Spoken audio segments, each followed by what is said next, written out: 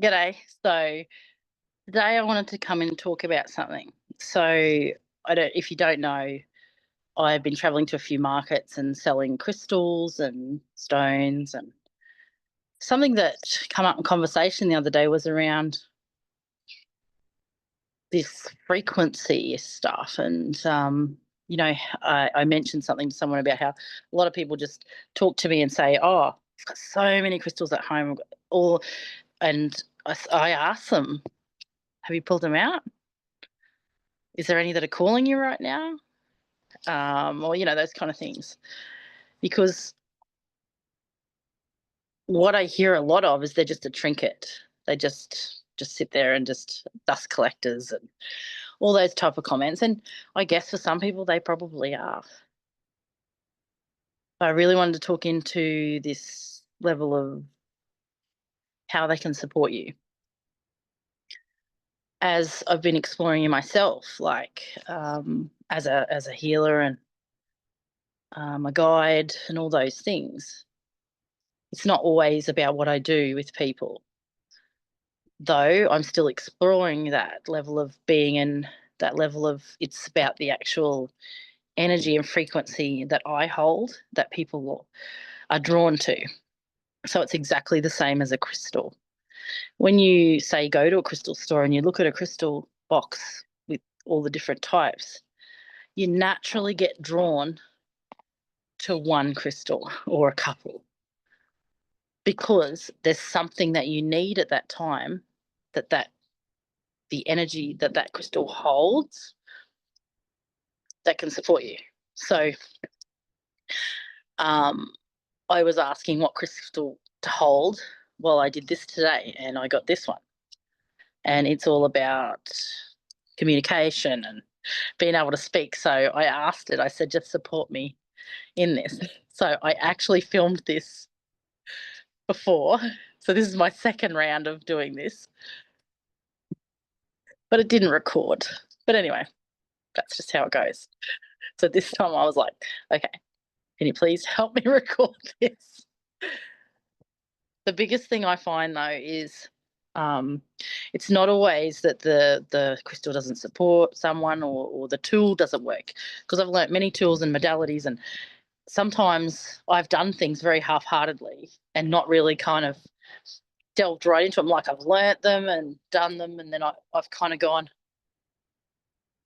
oh, that didn't work, or it didn't work quick enough for me. It might have worked later and I didn't notice it because I was so hell-bent on, like, oh, that didn't work. Well, and moved on to the next thing, but didn't even give it a chance to work. So where I was going with this is, I think we forget that these things support us. These earth, they're part of the earth, being part of the earth. So they hold a vibration. They're called a crystal for a reason. Crystal has frequency. Crystal has light. It has all these things. Anyway, I get excited now talking about light. And so I think what I'm trying to say here is, you get drawn to a crystal and it says it helps you in this, or might support you in this, it might help in the healing of this. But what I find happens is, if it doesn't heal that thing, people think it didn't work.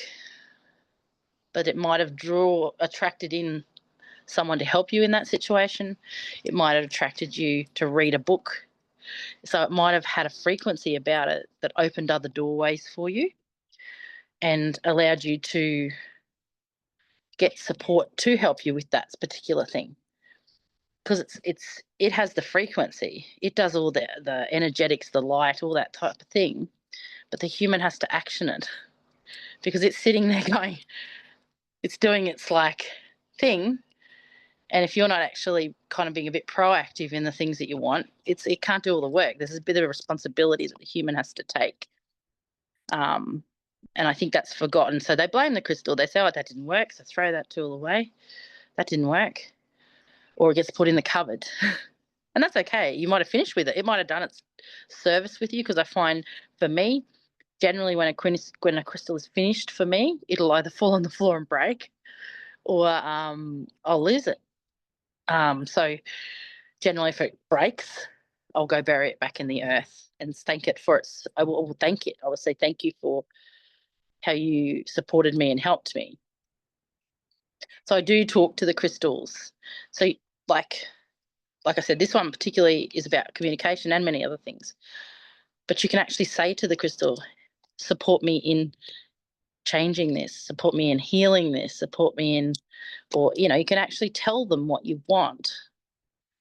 If they don't know what they want, they can't pull it in for you. They can't vibrate the frequency that you set into the stone.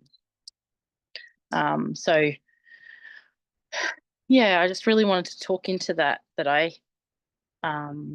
the reason I really love them is that they make me feel a certain way, or they make me, like, for example, I wear Tiger's Eye on, and I don't wear it every day, but if I'm feeling like, I'm going into that space, I put it on. Like, or if it's a bit wobbly outside and I go, oh, okay, because for me, this one, I've asked it to support me in strength and confidence and holding my alignment when I'm in those public spaces.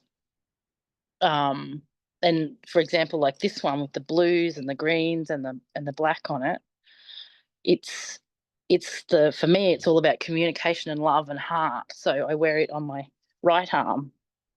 So, this is on my spiritual energetic for me, and then this one on my right arm for my human self. Like, and then I have this really softer one that I wear as well, because, what I've experienced is that, when we're doing healing work, or sometimes my light can be very bright and piercing, and not to dull myself, but it was just softening. Having these crystals here supports me in staying soft and compassionate to what others are experiencing around me, without taking it on and being mine. So that's how, like, this one. So if you see me wearing this, it's that I have asked it to ground me and keep me still and confident, and not get taken out by other energies around me. And this one for me, these are about, if I've got to have conversations, which, if you go out in public, generally you have conversations, and the other one is about being compassionate to what's happening around me. Sorry, I think I repeated that, but anyway, that's what I do. Um, so yeah, interesting. And I think, because I was reading, this came up because I was reading this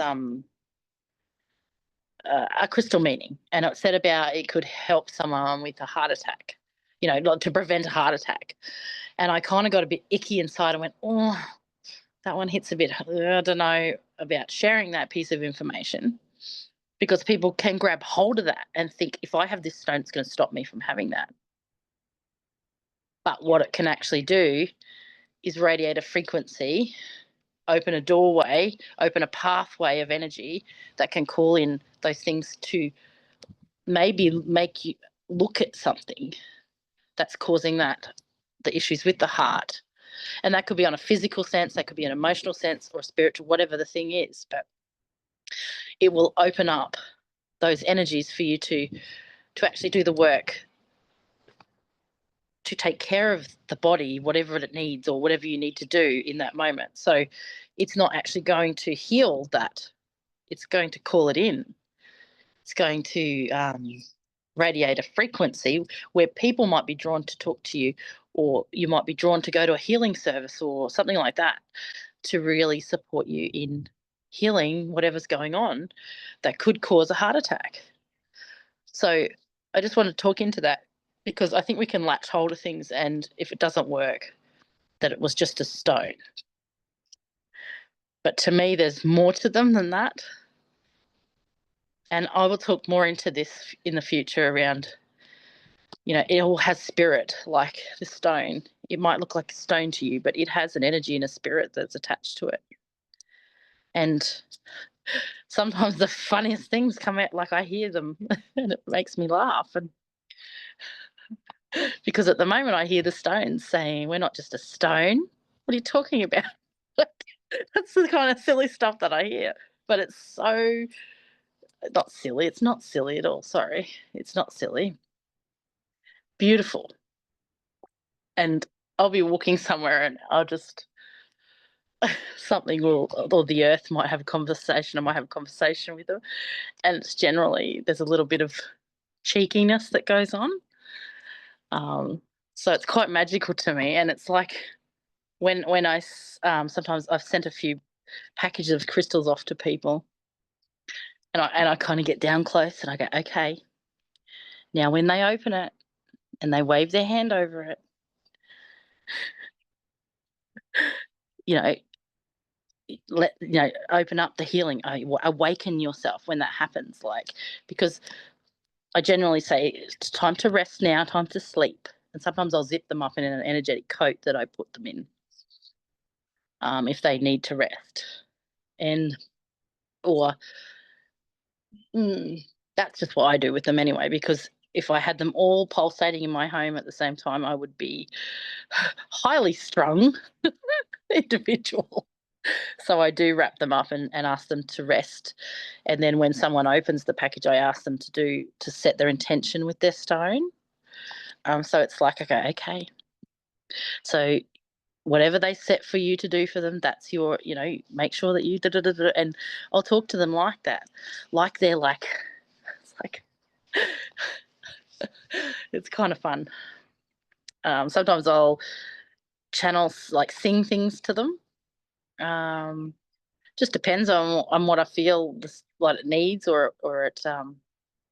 I play my tuning forks for them sometimes when I'm at, like, say, at a market, and a lot of people have picked them up. I'll come around and use the tuning fork on myself, but also on them as well. Or I'll go and just put a bit of light on them or cleanse them. So I find them quite magical, and I find it quite fun to actually explore it and see what opens up. But sometimes we've got to give it time. I forget that sometimes that we have to give it time to manifest, because the human is the action. The stone is holding that frequency and energy, but we sometimes have to take responsibility and set action in place for it to actually happen for us. And yeah, I hope you all have a fabulous day, and you might have taken something away from that. You might not have. Maybe you just come in for the laugh and the fun, but that's okay too. So I hope you have a fabulous day, and talk another time. Bye.